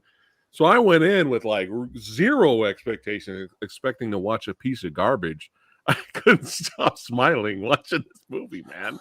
Like it's entertaining. It's entertaining, even if people consider it schlock. I don't know. I don't know. I just had fun with it. Even Jaws being a good guy, I didn't mind him getting a love interest. Hey, she was hot, man. But anyway, like, I don't know. Like, it's Good ridiculous. They're in space shooting lasers at each other. I get it. But I don't know, man. I enjoyed it. It's entertaining. Everybody's got their guilty pleasures. What did you guys think of Moonraker? I mean, this is my first Bond film, really. This is my first Bond film, my first Roger Moore Bond film, my first Bond film in the theater. I loved it. It was hugely entertaining. I still remember how the audience reaction to it. Like when the boat chase, when that boat jumped up from jump up over the sun, people were yelling, gasping, and then when the guy said open the cargo bay, and you saw all these guys in the spacesuits floating up, going towards the station, people were clapping and stuff. Oh, that was great. It's hugely entertaining film. I mean, to me, it's almost like equal. Like The Spy Who Loved Me, Moonraker, like it's almost like equally good. But this one, I mean, of course, because of Star Wars, they have to go to the space route and all that stuff. But yeah, I mean, it was fun. It was great. Oh, man, look at Vincent's face. Yeah. Look at Rick desperately trying to Man, Vincent looked like he's about to kill somebody, man. He's just like, oh, he hasn't stroked his spear yet, so I know. He's the Godfather. He's the Godfather. Vincent's gonna start stroking the cat. He's gonna bring a cat out. And it also has the best John Barry score. I mean, this is the John Barry score is just great. I mean, on the Majesty Secret Service, wonderful. This one is also equally good. So, all right, wow. Vincent, hit us with it. Glad you like it. Glad you like it. Oh boy, Frank, sorry, man. Hey, childhood memory, man. Yeah, I know. Well, if it was your first one you saw, but for me, talk about cheesy. Oh my Lord. This was like a slice of like what that American cheese you get in a wrap. Polystyrene plastic. Well, that's not even good cheese. I mean, it's not even government cheese. It isn't. Oh man. Oh boy. And as soon as they're in space and those lasers start firing, I just lost it at that. The sound, especially because it did come out around the same time as Star Wars. 79. So, right. So when you saw Star Wars, we were blown away, right? And then so if you saw Star Wars first and then you saw Moonraker, oh man, you were throwing up. Yeah. Either way, it was bad. It was bad on the heart. Now remember, James Bond fans have been arguing for years. What is the worst moment in a James Bond film? And a bunch of people who did the studies, it's between Mr. Big exploding and the pigeon doing a double. Yes. Yes. Oh, that's right. Now, and of course they took the. Remember the ringtone when he goes into that. That one I could tolerate. Yeah, that one I could tolerate. They did the. Yeah. But that makes sense. That wasn't wildly out of place. But I was on the set.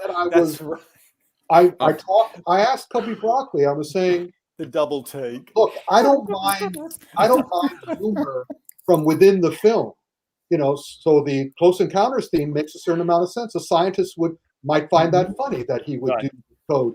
But the double taking pigeon, Cubby, the double taking pigeon, and he just looked at me like he was the host of the party, which he was, and he just said, "I found it funny." Big I budget can't argue with too. that. I can't argue with that if you found it funny. But Oh it my was God. for me. I agree with Vincent. It was a But it, you know, egregious disappointment. big budget, but it made a boatload of money for him. Mm-hmm. I Yeah, mean, it was Jesus. colorful, and Yeah. and that's more power to him. Yeah. It was a lost opportunity. For me. Next. I'm gonna go with the pigeon being the worst. being the worst. Yeah. Yeah, but you gotta Then give it the that opening sequence though. That opening sequence in the mid-air was pretty good, right? I mean, It was okay. It was okay. It was okay. I All mean, right. they worked very hard on it. It doesn't compare to, for me, The Spy Who Loves Me. And All right, also, there was a whole sequence that they cut out. Originally, that scene was going to end with Jaws falling through a big top and becoming part and into the net and with the whole family there. But they said, no, this is getting so they just did a weird little animation which went into the opening, yeah. credit sequence. Yeah. All right. Another one of my favorites, believe it or not. I really enjoyed this one a lot. For Your Eyes Only, I really liked. That's the second best one. Yeah, this one's really good. Yeah. I really love the Bond girl in her. She kicks ass. And some great action set pieces, man. And Bond was different in this one. He was kind of actually, you can tell he actually cares about the Bond girl. It's very, very different. You know what I mean? Like he actually has feelings and he cares about her well-being. In a fatherly way. Yeah, in a fatherly way. He even turns down the other girl. When do you ever see Bond turning down a girl? The young one, the young blonde one. He was just like, go to bed, child. That was a little weak for me. The second girl was a little weak. Yeah. Well, he turned her down. I'm just making a point there. Like Bond turning it down in sex? What? But I really enjoyed this one. My only nitpick, the score. Bill Conti. I don't know if John Barry was not. I don't think he did this one, but the No, score was a little. Bill Conti. Yeah, Bill Conti. He was great. Did the Rocky movies, but it just felt this one was a little disco-y. It was something off about that's it. because Bill Conti couldn't care less about this, and he recycled other things he's written for other movies in this movie. Oh, Virtually everything he wrote for this movie, he had already written for another film. Good theme song though. Gina Easton. Yeah. Gina Easton, beautiful. Yeah. Yeah, I really enjoyed this one. Frank? Yeah, I know in some countries that original poster they had to cut below her buttock. Her buttocks, right. Yeah. Oh, for I like fuck's it. I mean, I saw it in theater in Hong Kong, and I remember how hard, like how hard the marketing folks at that time kept telling people this is a smaller scale Bond film because they don't want audiences to be disappointed by it and like no big set pieces at the end and all that stuff. Right. I liked it. I thought it was good. It was a nice, moderate size, a mid-sized Bond film. I love that whole sequences at the ski place in the ski resort. That whole thing was done nicely. I like the climbing at the end, climbing up to that tempo at the end. That was like you can kind of feel, and when that stuntman actually, he fell, he dropped. That was pretty, breathtaking. I mean, that was the same stuntman who did the parachute drop in the opening of Spy Who Loved Me. Right. Wow. Yeah. No, that to me that was a great stunt. And I know he had all the safety precaution, but still to see someone actually fall that high, that long, that's great. So I like this film. I think this is like to me this is like the third best Bond. I mean, but the Roger Moore's third best Bond film for me. Yeah. All right. Good one. Vincent. Yeah. I agree with. Okay. Good film. Yeah. No complaints about it. Solid. Yeah. Vincent tasted the film and said, "Yeah, it's good. It was good." Just like you're not a fan of, but come on, this is your favorite. Oh no. And one more thing. I always wonder how you come up with these things so fast, but cool. Right. One more thing I like about this film is, again, I know Roger Moore didn't want to do it, kicking that Mercedes down the cliff. Right. Yeah. That's what I was. That was brutal. That was great. That was great. This is Roger Moore's From Russia with Love. This is an espionage. Yes. Didn't this one start in the graveyard where he's by Tracy's grave? Yes, in the opening. Yes. Yeah, in the opening. Again, Cubby Broccoli is totally responsible for that line. I'll give you a solid gold delicatessen. With the kind of the funky gold Blofeld. The fake Blofeld, because they couldn't legally again. That was lame. That was the lamest part of the film. It was I agree. I agree with that one. That was a little weird. But the rest of it, they tried to make it. They always, when they go too far, and they knew they went too far with Moonraker, they said, "Let's pull back." Well, no, they went too far with Octopussy. Yes. And then they really went too far. I like Octopussy, except for the clown scene. The opening is great. It's been a long time since I've seen this, but I remember being entertained. I thought it was real good. I remember being entertained by it. It was over the top, like him swinging and doing the Tarzan thing and telling the tiger to sit down. Like it was bonkers, but I don't remember hating it. If you remember, I think Octopussy and Never Say Never Again came out within like a week of each other. They were like in competition. That's so crazy. Yeah. Octopussy won. It did. Yeah. All right, Frank, thoughts on Octopussy? Yeah, again, I saw this in the theater, double with Diamonds Are Forever. I liked it. Really, I don't know. I also felt that the cinematography was kind of flat. That once they got to India, you would think, well, India, colorful stuff. No, like that palace is just boring. I mean, the way they shot the palace was boring, and then the final, the final shootout thing, it just felt too studio for me. Very true. Yeah, it just felt like this is like this is small scale. It's too studio. You can tell this was a set, And then the final plane thing wasn't too convincing either. I like the stunt on the plane. That was good. Climbing on the top and then doing all this. But this is no. And then the clown. And the interesting though, they use Q more in this. That's true. Q was a part of it, on the hot air balloon and what. Yeah, the crocodile thing. Yes. Yeah. I really like the opening. The opening was good. That was a real espionage sequence, blowing up the hangar with the mini. And they brought back Maud Adams. Yep. Yes. Which I wasn't that happy about. I like her. I'm glad she got another job, but this is not Perry Mason. You don't want to keep or Columbo. You don't want to keep repeating actors.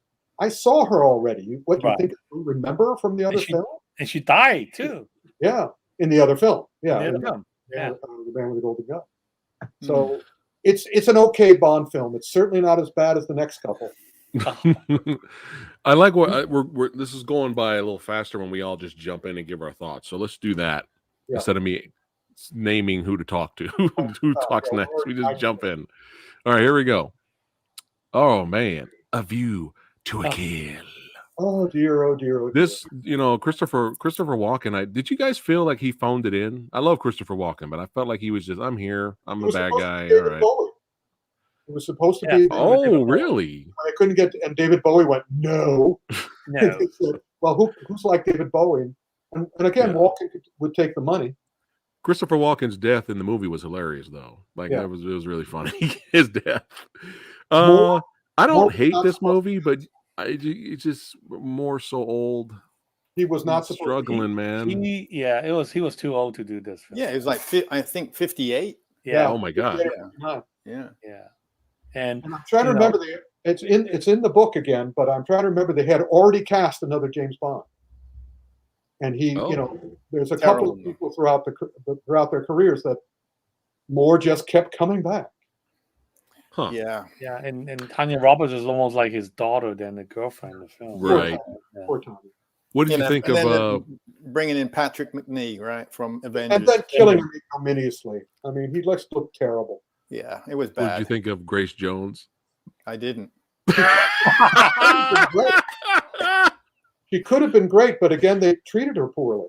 Yeah, I guess you could say she's one of the most memorable parts of the movie. Roger Moore did not get along with her at all. Yeah, I heard. Yeah. No one got along with Grace Jones. That was the problem. Yeah, their kissing scene was awkward.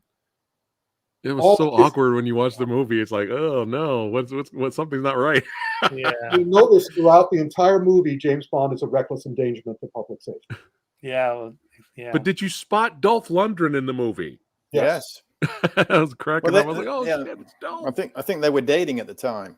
There you go. They were. Yeah, that makes sense. Yeah. All right. So average, No, No, worse than average. trash. way below average. Okay. Okay. This Yeah. is one of the worst Moors. Yeah.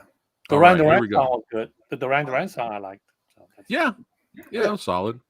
All right. I'm going to get a lot of flack for these next two ones. I'm going to get a lot of flack, but I got to be honest. Here. All right. So again, by the time I got around to watching some Daltonator, I was like, this guy's Bond?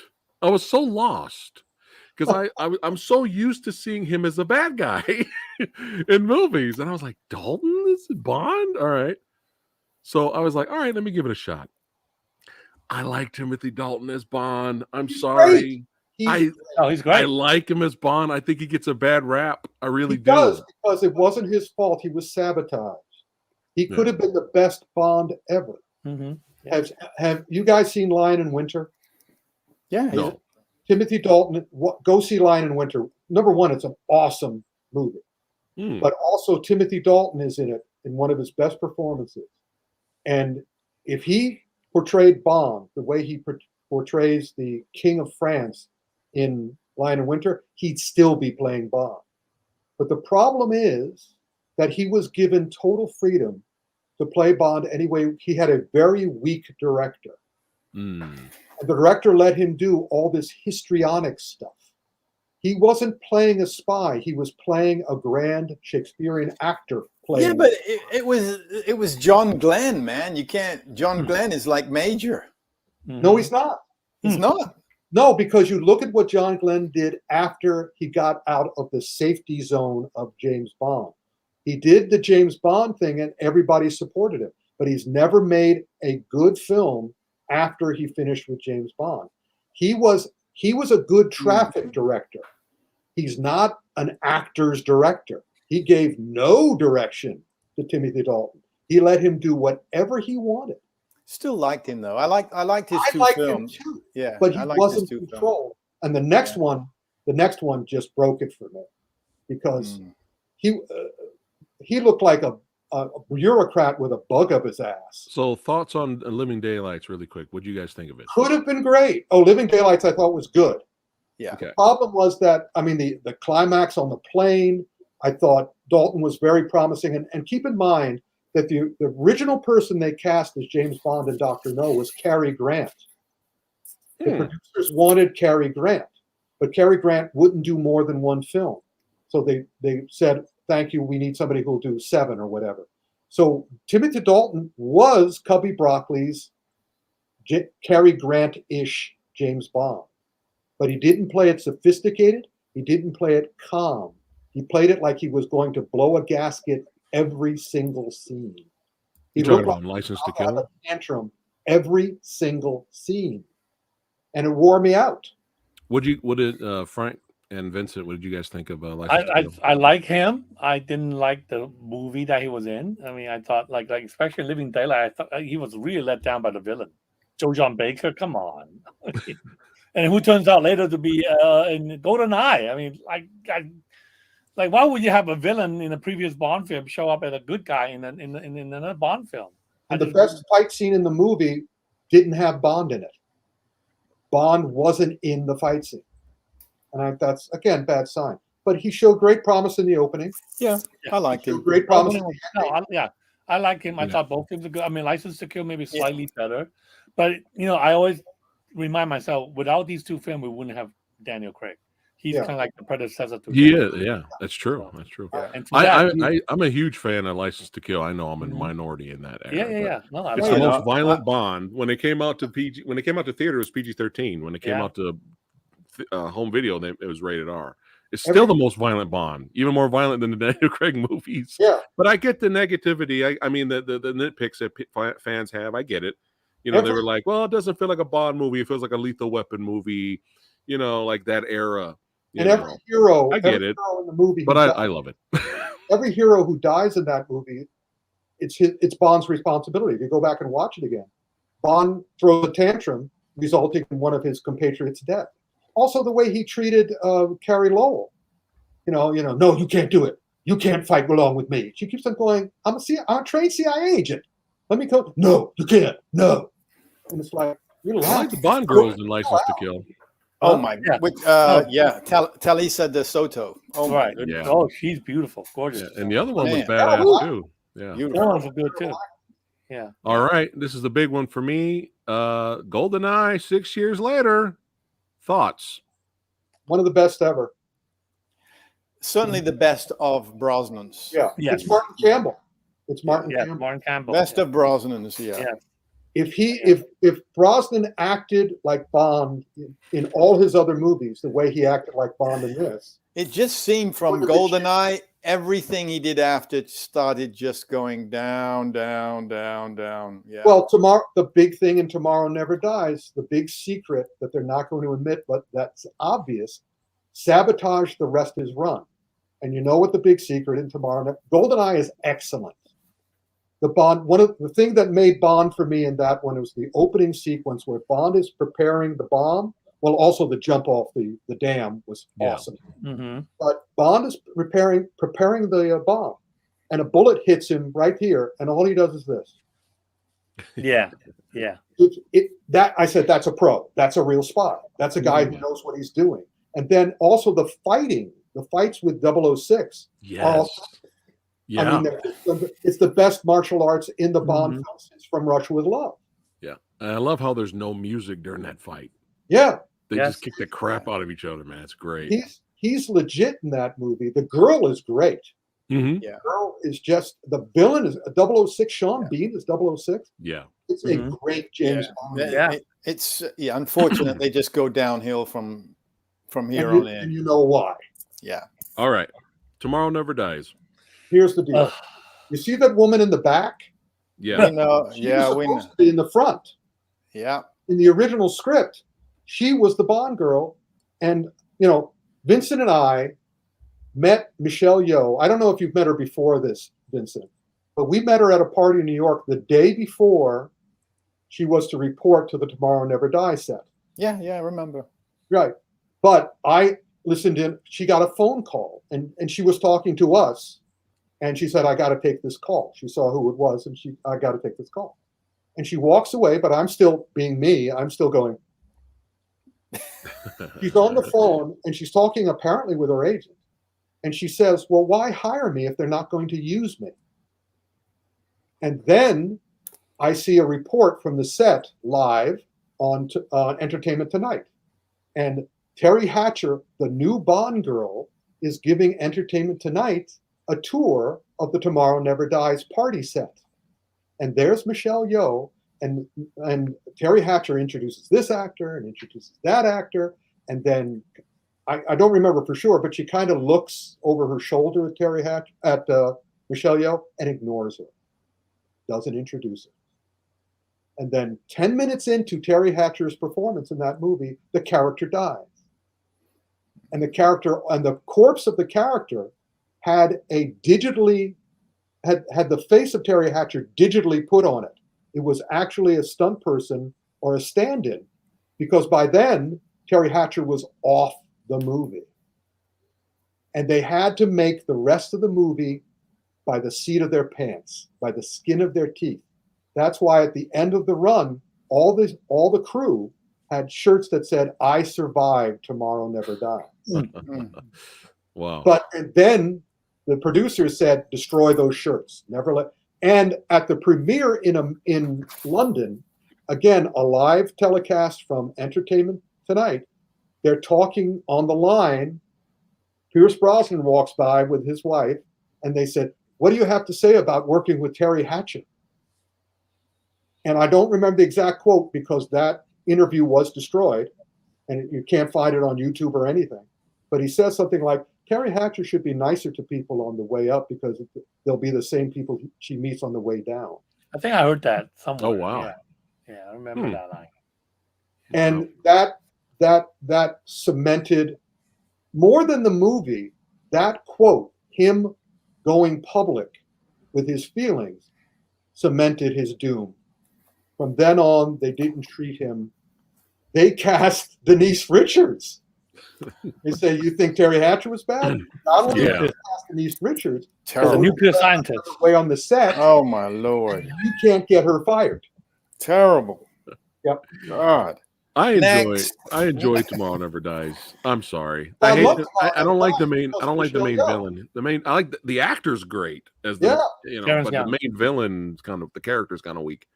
Tomorrow Never Dies but, pushed forward Asian film because Yeah. Michelle Yeoh was the first Asian actress who was included in the publicity, who was Right. included in the promotion. She got to do the beer ads alongside Pierce Brosnan. Pierce Brosnan loved Michelle Yeoh. Yeah, but there's some Yeah. great action set pieces in here, the man. The action set motorcycle pieces. chase, the shootout at the end. Philip Kwok helped do a lot of the action shootout fight choreography and stuff at the end of the movie. He even had a little cameo, you know, in the movie. Yeah. I mean, it was really cool. I mean, the self-driving car sequence. yeah, right? that was Yeah. great. The only thing I was really mad about in that movie is that Jonathan Pryce makes fun of Michelle Yeoh, and Michelle Yeoh doesn't get to get him back for it. Yeah. Oh yeah. She should Yeah, have that at the end gone, to him. Yeah, that would have been great. You should have killed Um, him. I like the music, the score. David Arnold Oh yeah. he was like, you got John Barry, who's the best. David Arnold, I think he's like the second best. Yeah. As much as I like Goldeneye, the I think it was, I don't know if it was Aaron forgot who did Sella? this- Eric yeah. Sella. That was how. who did the professional, you know, Right. The French just, dude. it was a fine score. It's fine. It just David Arnold just kind of Nothing has ever gotten better than John Barry. No, Yeah, of course not. No way. All right. way. Everyone's favorite. The world is not enough. Yeah, Yeah. at this point, the fix was in. Let's just The actress, what's her name on the right? Sophie Marceau. Sophie was Marceau, great. beautiful. She's absolutely stunning. And Yeah. but the character was And good, gr- and she she could was act. really, she was good. Yeah, she was Yeah. really good. She's if the best villain. part of the movie. Brosnan had his way, he would have gotten rid of Denise Richards and put her as Yeah, the. but the movie sucks. But they're not going to let her do. They weren't going to let him do that. Yeah. The opening great boat chase was good. opening boat chase was good. But that David was it, Arnold's really. music there. That's it, though. Oh, Like Yeah. none of the Come other on. action sequences held up to the opening. You know. Again, the opening was annoying to me because he was reckless endangerment to public safety. He went through a restaurant, and Yeah. also he drops 60 feet onto solid metal and doesn't. Who brought the marshmallows? Come on. I know. My biggest pet peeve with the movie. Yeah, this was one of those because I was like, yay, I like Pierce Brosnan, and yay, I like Bond now. Then like when I first watched this, I was like, yeah. And then the second time I watched it, I was like, No, not yet. Yeah. What is the point of having a villain with a bullet in his brain, which makes him more powerful the closer it gets to killing him, if you don't use it? Oh, this Bond is my should big have fought yeah. that at the end, and at the end he should have put his thumb into the wound Yeah. and Oh. pushed the bullet into his brain. This is my biggest pet peeve with this movie. You introduce a villain that can't feel pain. Imagine the fun you could have had with a fight scene. Yeah.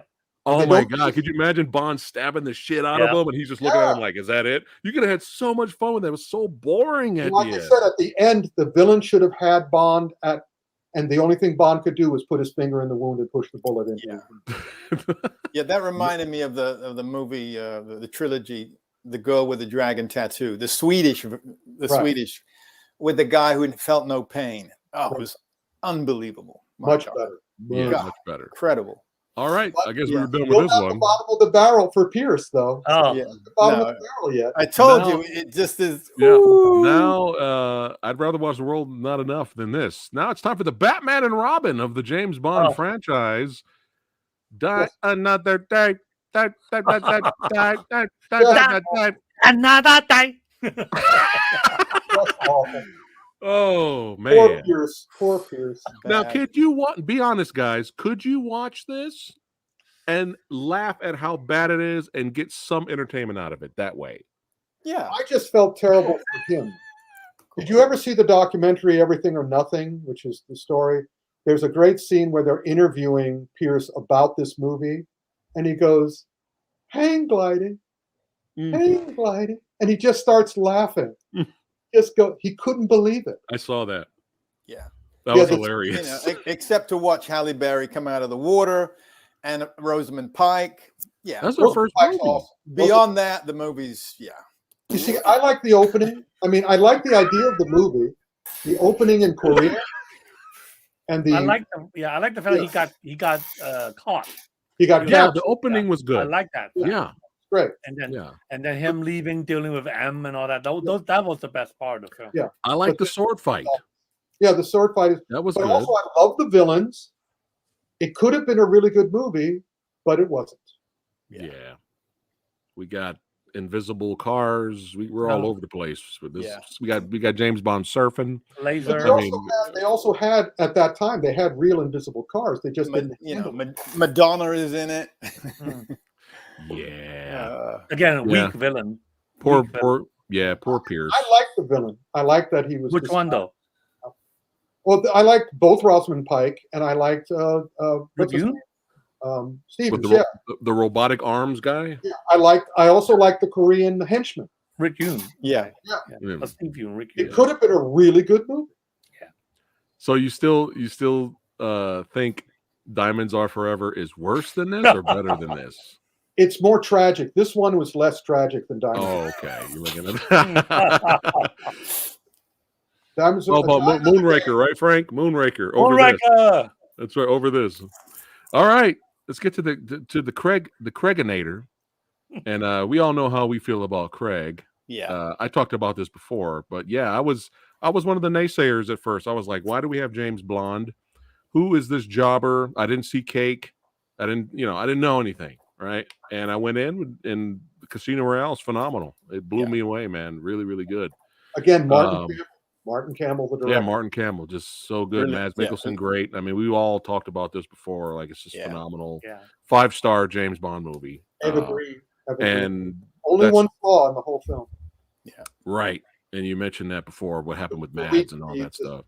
Killing Le Chiffre off screen and bringing in these jobbers. Yeah, we all love this movie. Now, let's talk about Frank's favorite. Oh, no. That is not my favorite. Quantum of Boredom.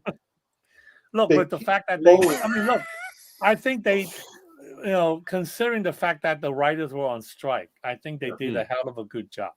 And that's why I like this film. I thought that, you know what, they really saved this film. It could have been a wreck. I mean, even a worse wreck than what you have now. But I think, considering the situation, they were able to save this film. And I like the fact that this was a continuation. Continuation of the first film. I just like how you continue the story. Even though it was good. We like Olga. Yeah. I was told that this movie. I was told that Goran Viznik, who was auditioned to be James Bond along with Henry Cavill and Daniel Craig. I was told that he was cast already in this movie to play Vesper Lynd's boyfriend, the one who betrayed her. I said there was only one plot this movie should have had, which was Bond going after the guy who betrayed her, and then Quantum got in the way. But he kept on going after that guy, and because Goran Viznik would have been the best villain since the villain they used was terrible. Shaw, and since Sean Bean is 006, they would have been equally matched, and it would have been a huge conflagration. Instead, we have this little weaselly Frenchman. I just watched these two movies back to back, Casino Royale and Quantum, because they are sequel. The opening car chase.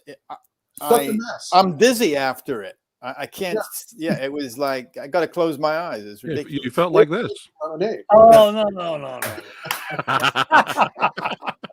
and the budget was enormous, 200 million. Because they went way over budget. Goodness and gracious! Also, we started having the Daniel Craig nonsense, which it was like 95-minute movie. Yeah, and also Daniel Craig plot nonsense, which is you're going to create a hotel which blows up if you breathe on it. It explodes if you breathe on it. And it's like, why would you have a hotel like that? This is nonsense.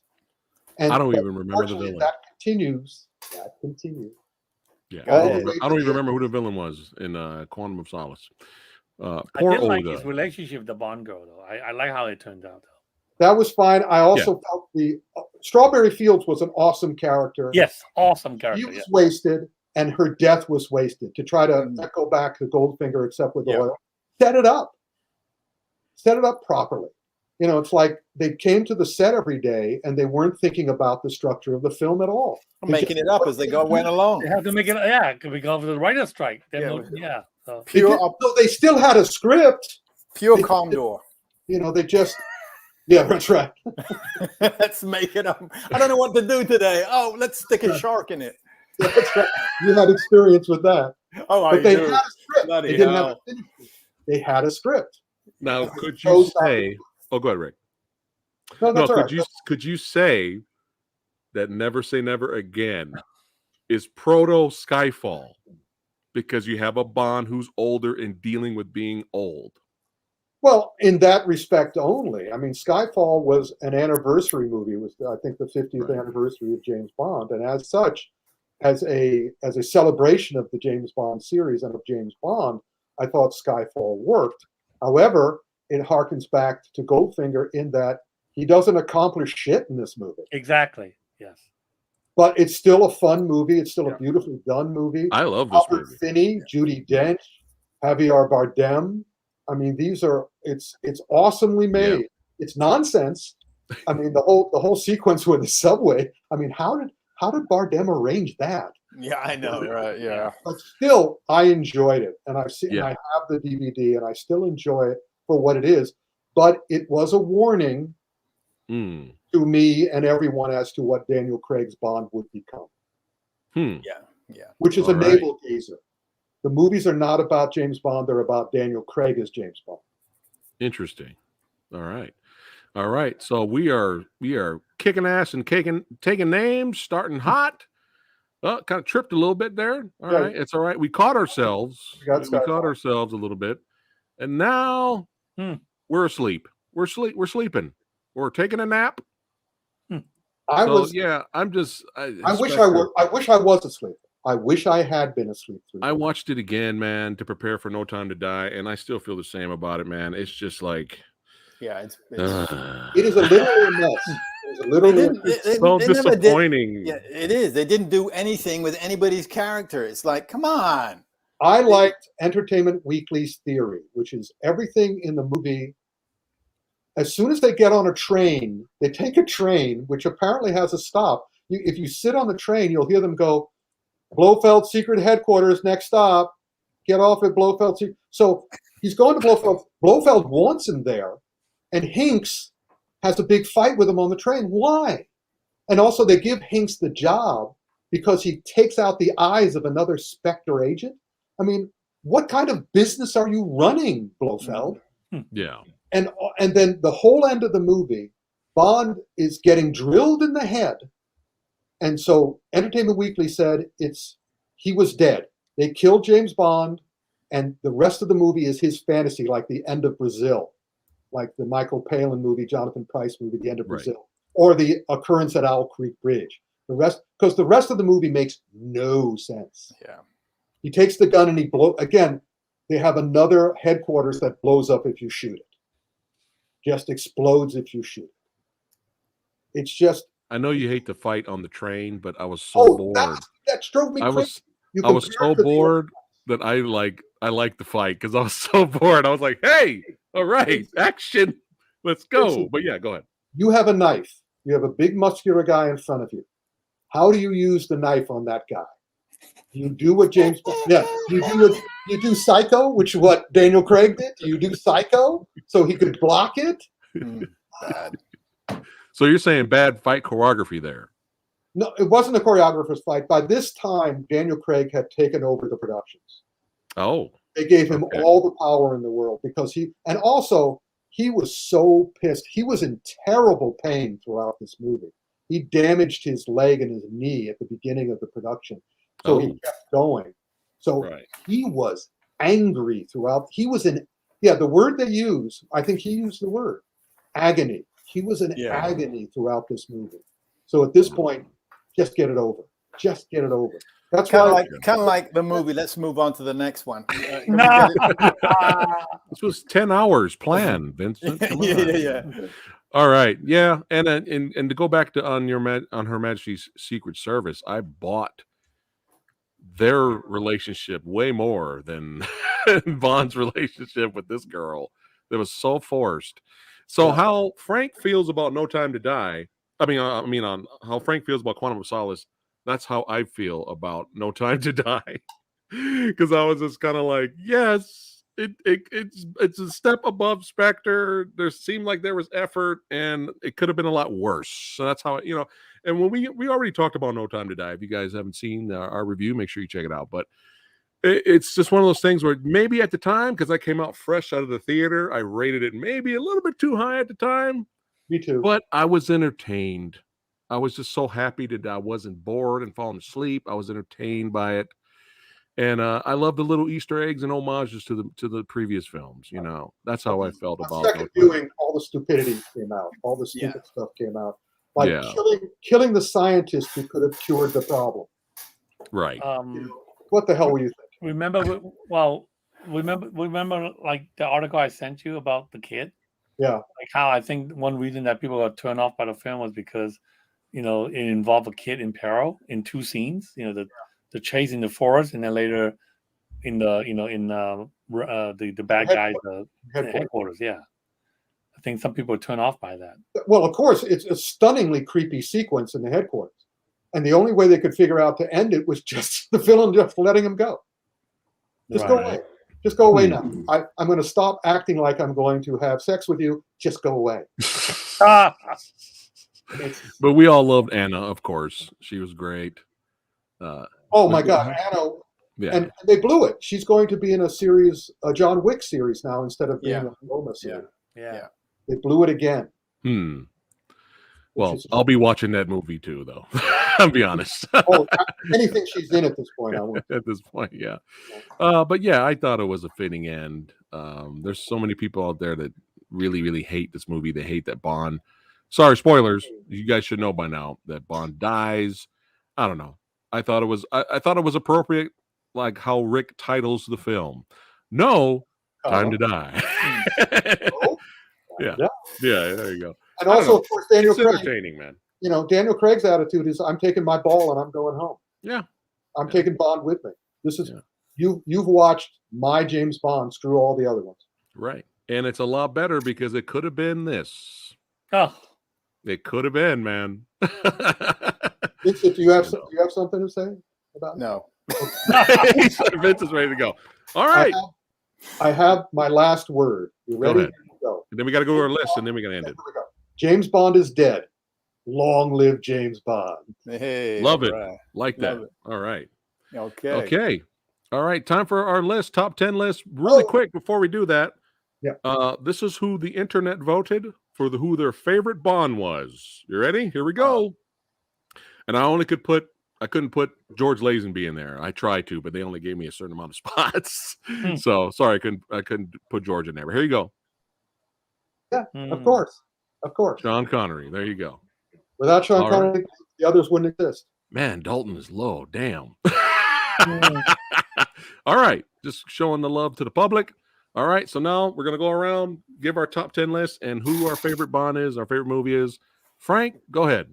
So top 10 first and then the favorite Bond? Yeah. Okay. Yeah. All right. So number 10, Quantum of Solace. Are we going backwards? We're going backwards.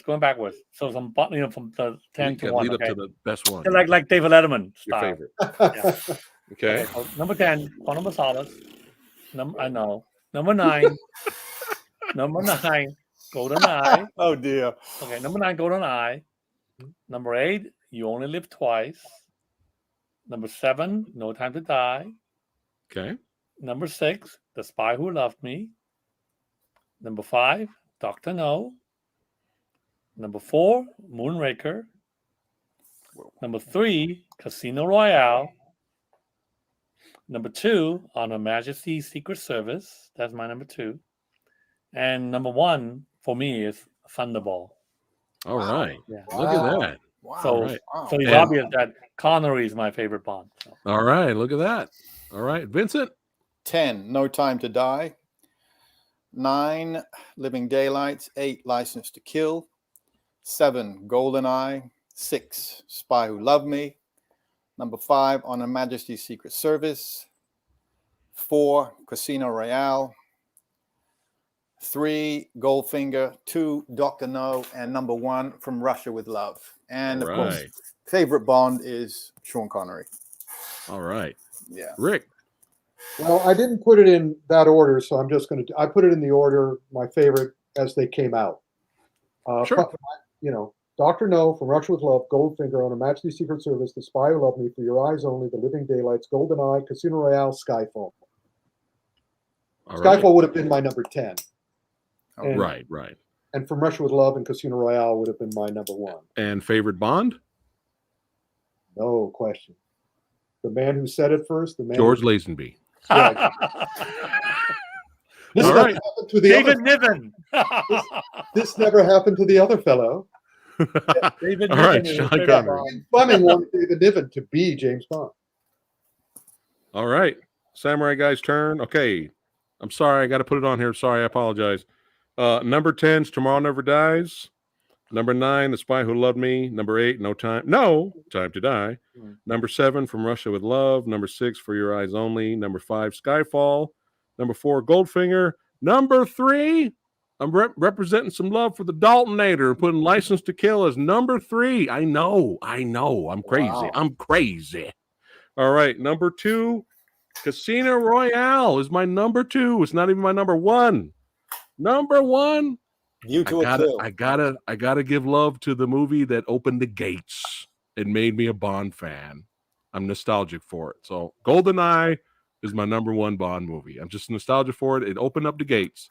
If it wasn't for GoldenEye, I wouldn't have watched any of these movies. So I owe a lot to GoldenEye. GoldenEye is great. Yeah. Favorite Bond. This was tough for me, actually. Because you'd think, oh, well, it would be Pierce, wouldn't it? Nope.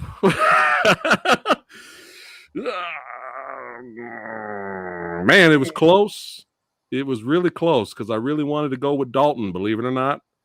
But when I went back and rewatched these, it just seems like Sean Connery had the whole package, man. Yeah.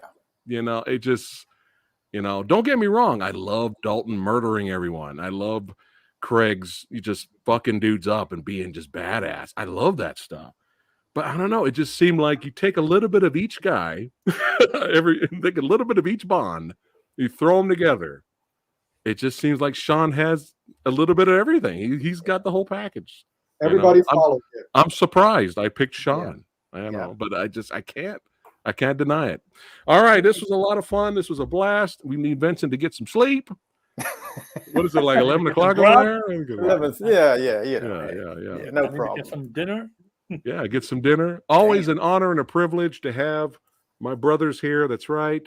Rick Myers, Frank Jang, Vincent. Yes, that's right. sir. All their information is in the description box below. That's right. So you guys can follow and subscribe. And I'll see you guys that are watching right now. I'll see you guys in a couple of minutes. I'll be back online streaming again. Going to take a look at Morbius and the Book of Boba Fett. The trailer is going to check those out. So see you guys in a little bit. Take All care. right, guys. Take care. Bye-bye. right. Bye-bye. See you guys on the next one. Take care, guys. Yeah. Watch Bond movies. Watch all of them. Except